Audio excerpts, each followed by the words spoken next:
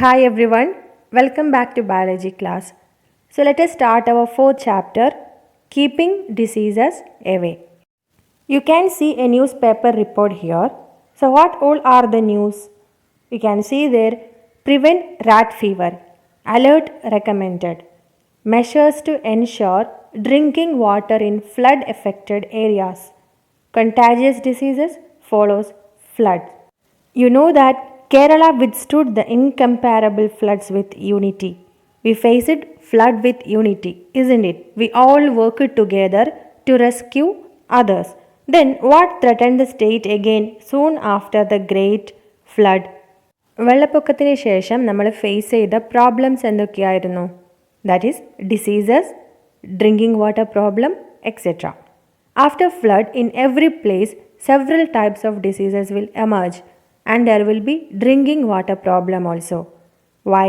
Because the well contain dirty water. So there will be drinking water problem. വെള്ളപ്പൊക്കത്തിന് ശേഷം അസുഖങ്ങൾ കൂടും, കുടിവെള്ള പ്രശ്നങ്ങളും ഉണ്ടാകും.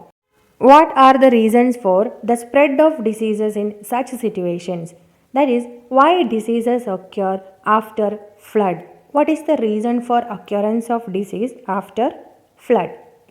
Conditions suitable for the multiplication and transmission of pathogen exist in abundance and this may cause the spread of various communicable diseases. Most of the pathogens are microorganisms. That is, after flood, the environment will be polluted. There will be stagnant water, dirty areas, etc. This lead to the growth and multiplication of germs. Let us read this precautions after flood.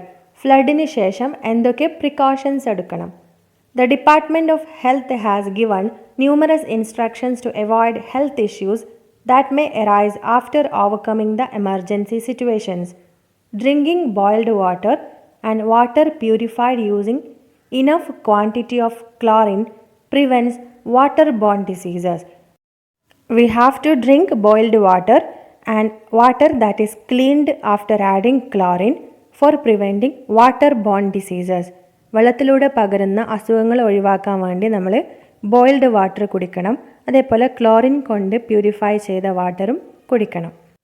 As there is a chance for the multiplication of mosquitoes in stagnant water, proper measures to check increase in mosquitoes should be adopted.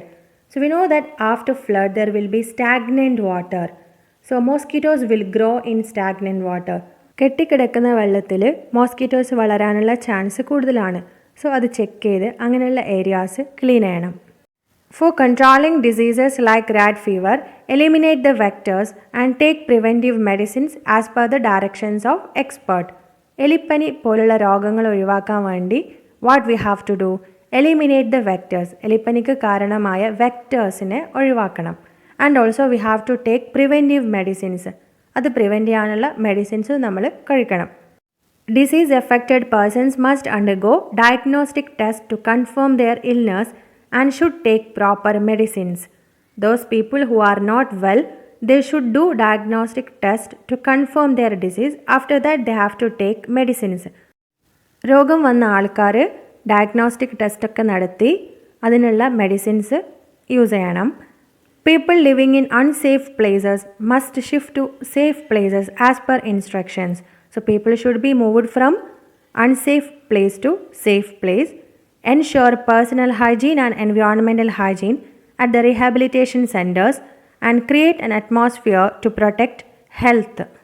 ദുരിതാശ്വാസ ക്യാമ്പുകളിൽ എല്ലാവരും personal hygiene means cleanliness and environmental ഹൈജീനും സൂക്ഷിക്കണം. So what all things we have to do?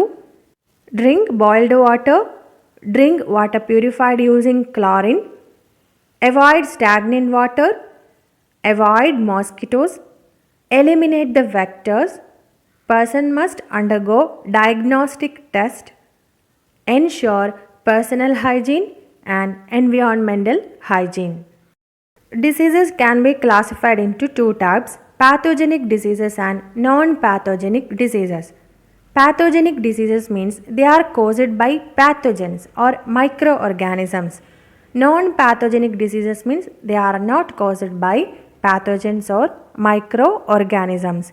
Now let us study pathogenic diseases. that is microorganisms and diseases. You have learned that there are many microorganisms that are useful to humans, but some of them are pathogens. So there are useful microorganisms and pathogenic microorganisms. So here we are going to discuss about pathogenic microorganisms, that is the microorganisms that cause diseases. Expand the list given below by including pathogenic microorganisms. One is given here, that is bacteria. So bacteria is a pathogenic microorganisms. So which are the other pathogens that you know? We all are familiar with the name coronavirus. So virus is a pathogen, isn't it? So you can add there virus. And other pathogens are fungus, protozoa, etc. Not only humans, but other animals and plants are also affected by these pathogens. You know that, right? Animals are also getting affected with diseases. Plants are also getting affected with diseases. Okay, now, how are pathogens transmitted from one person to another? അസുഖങ്ങൾക്ക് കാരണമാകുന്ന micro ഓർഗാനിസംസിനെയാണ് pathogens എന്ന് പറയുന്നത്. പാത്തോജൻസിന് examples ആണ് bacteria, virus, fungus, protozoa etcetera.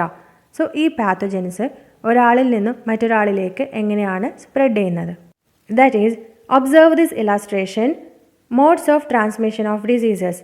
How pathogens are transmitted from one person to another person. First one, by contact. That is, by shaking hands with each other, by touching each other. Pathogens move from one body to another body. Contaminated food and water. That means if the food and water contains germs, it spread from one person to another person. And coughing and sneezing. Through coughing and sneezing, it may spread from one person to another person. Unsterilized equipments. Unsterilized means if it is not cleaned after using for one person, then it may spread to second person also. Unsterilized equipments. Vectors. Vectors means disease causing agents. So through these vectors also disease spread from one person to another. For example, we know that mosquito is a vector. So mosquito spread diseases from one person to another person. And next one, cloth. So if we are wearing the cloth of a deceased person, it may lead to the spread of some diseases. Okay, so these are the modes of transmission of diseases. ഒരാളിൽ നിന്നും മറ്റൊരാളിലേക്ക് അസുഖങ്ങൾ പകരുന്ന രീതികളാണ് നമ്മളിപ്പോൾ discuss ചെയ്തത്. That is by contact, contaminated food and water, cough, sneezing, unsterilised equipments, vectors, cloth etcetera. So which all diseases spread by contact? Conjunctivitis, leprosy, etc. Conjunctivitis means ചെങ്കണ്ണ്, leprosy വെള്ളപ്പാണ്ട്. Okay, ഇതൊക്കെ കോൺടാക്റ്റ് വഴി പകരുന്ന diseases ആണ്. And which all diseases are spread by contaminated food and water? That is rat fever, എലിപ്പനി, typhoid, cholera, jaundice, ഇതൊക്കെ spread ചെയ്യുന്നത് contaminated food and water വഴിയാണ്. And which all diseases spread due to coughing and sneezing? We know that one of the important one, that is COVID and common cold, tuberculosis, TB, etc. And unsterilized equipments, it may lead to the spread of AIDS. Okay, and vectors. Mosquitoes വഴി പകരുന്ന അസുഖങ്ങൾ അറിയാലോ, which are they? Malaria, dengue fever, chikungunya, etc. And cloth വഴി പകരുന്ന അസുഖങ്ങൾ ഏതൊക്കെയാണ്? Mostly fungal diseases. Okay, allergies. So this spread from one person to another person through cloth, comb, cloth, etc. Then how can we prevent these communicable diseases? Communicable diseases means pagarchevyaadigal. Okay, how can we prevent these communicable diseases? So we have to avoid stagnation of dirty water. We have to clean that place. And we have to keep the house and surroundings always clean. And we need to keep the food always covered. Drink only boiled and cooled water. Avoid intake of stale food. Stale means which is contaminated. And we have to stay away from the infected persons. And we need to keep personal hygiene, public hygiene. Okay, we have to prevent pollution. So then only we can prevent all these communicable diseases. Understood?